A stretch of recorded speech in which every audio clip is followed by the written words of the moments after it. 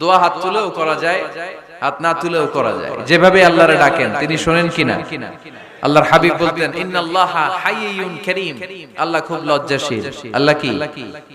আল্লাহর হাবিব বলতেন কেউ যদি হাত তুলে আল্লাহর কাছে দোয়া করে আর চায় ওই হাত ফিরিয়ে দিতে আল্লাহর নাকি লজ্জা লাগে।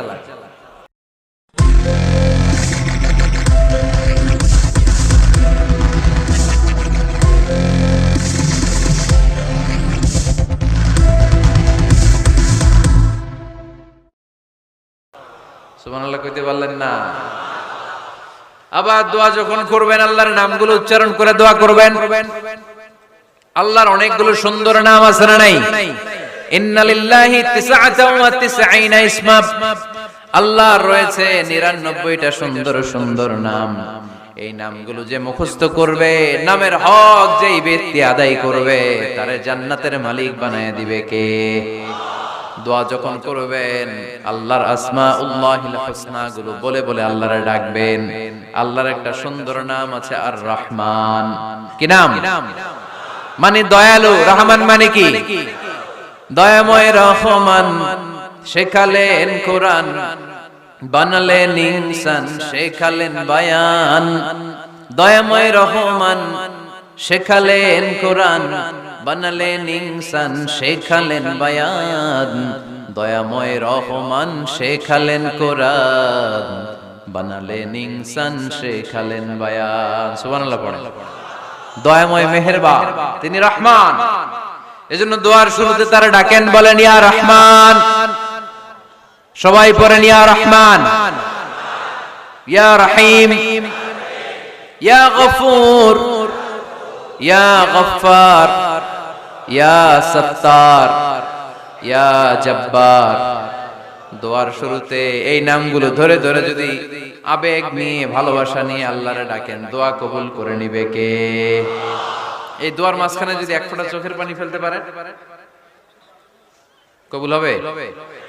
কবুল করবে কে? চোখের পানি ফেলবার চেষ্টা করবেন। নিজেকে যত ছোট করে আল্লাহর কাছে উপস্থাপন করা যায়, যত ছোট করা যায় নিজেকে। আল্লাহর হাবিব সাল্লাল্লাহু আলাইহি ওয়াসাল্লাম মহাবিশ্বের শ্রেষ্ঠতম মানুষ, তিনি দোয়ার সময় আল্লাহরে বলতেন আল্লাহুম্মা ইন্নী আবদুক, আল্লাহ আমি আপনার দাস, আমি আপনার গোলাম। ওয়াবনু আবদিক, গোলামের ঘরের গোলাম। ওয়াবনু আমাতিক, দাসীর ঘরের গোলাম, বান্দির ঘরের গোলাম। আমার বাবা আব্দুল্লাহ আপনার গোলাম, আমার মা আমেনা আপনার দাসী। সুবহানাল্লাহ পড়বেন না? কিভাবে নিজেকে ছোট করতে হয় আল্লাহর হাবিব সাল্লাল্লাহু আলাইহি ওয়াসাল্লাম ছোট করতেন।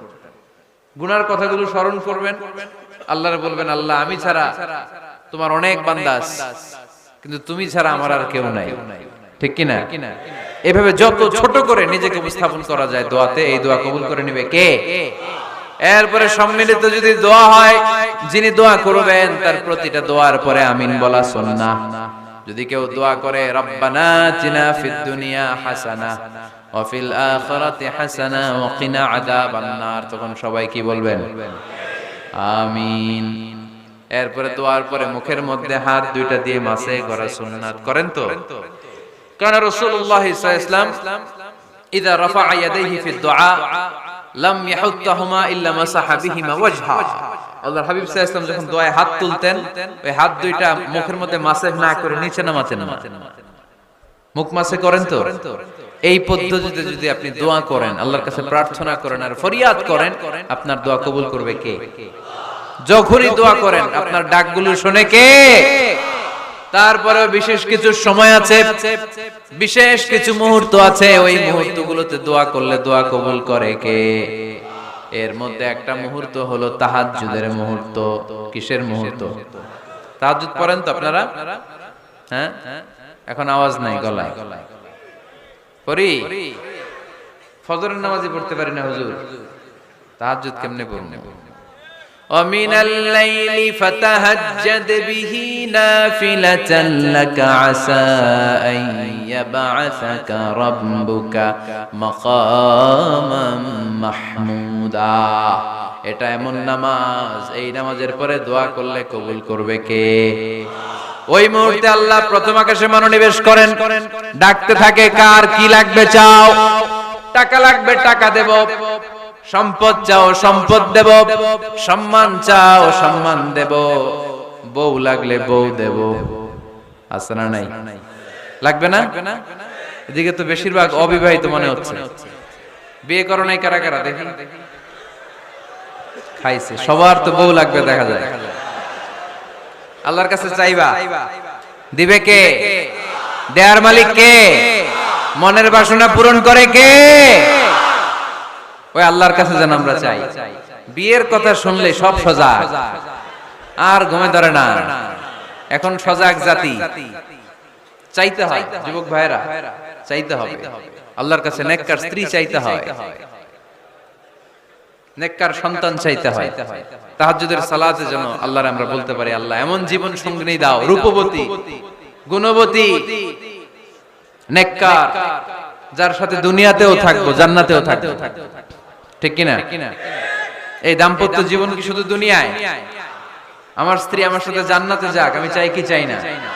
মুমিনরা দুনিয়াতেও একসাথে, জান্নাতেও একসাথে। ঠিক কিনা? তাহাজ্জুদের দোয়া আল্লাহ ফিরায় না। ইফতারির আগে যে দোয়া, ওইটা আল্লাহ ফিরায় না। ইফতারি করার আগ মুহূর্তে আমরা যে পেঁয়াজু, আলুর চপ, বেগুনি, হ্যাঁ, এগুলো খান আপনারা? রুহাবজার শরবত খান নাকি? এই যে সাজায় রাখা হয় ডিজাইন করে, এইগুলো রেখে যখন দোয়া করেন, এই দোয়াটা আল্লাহ শুনে খুব। আল্লাহ বলে, কিরে ফেরেশতারা, ঘটনা কি? এত খাবার কেন? আল্লাহ রোজা রাখছে। কি চায়? আল্লাহ ক্ষমা চায়। তো খায় না যে তৃষ্ণার, তো আল্লাহ আপনার ভয়। আমারে দেখছে না, আল্লাহ আপনারা দেখে নাই। জান্নাত দেখে নাই, আমার জাহান্নাম দেখেছে আল্লাহ কিন্তু জানে। তারপরে ফেরেশতাদের মুখ থেকে বের করা হবে। সুবহানাল্লাহ পড়েন। আমার জাহান্নাম দেখেছি কিনা বলো। ফেরেশতারা বলে, না জাহান্নাম দেখে নাই। আমার জান্নাত দেখেছে কিনা বলো। জান্নাতও দেখে নাই, কিছুই দেখে নাই, আপনারও দেখে নাই। আল্লাহ এবার খুশি হয়ে যাবে।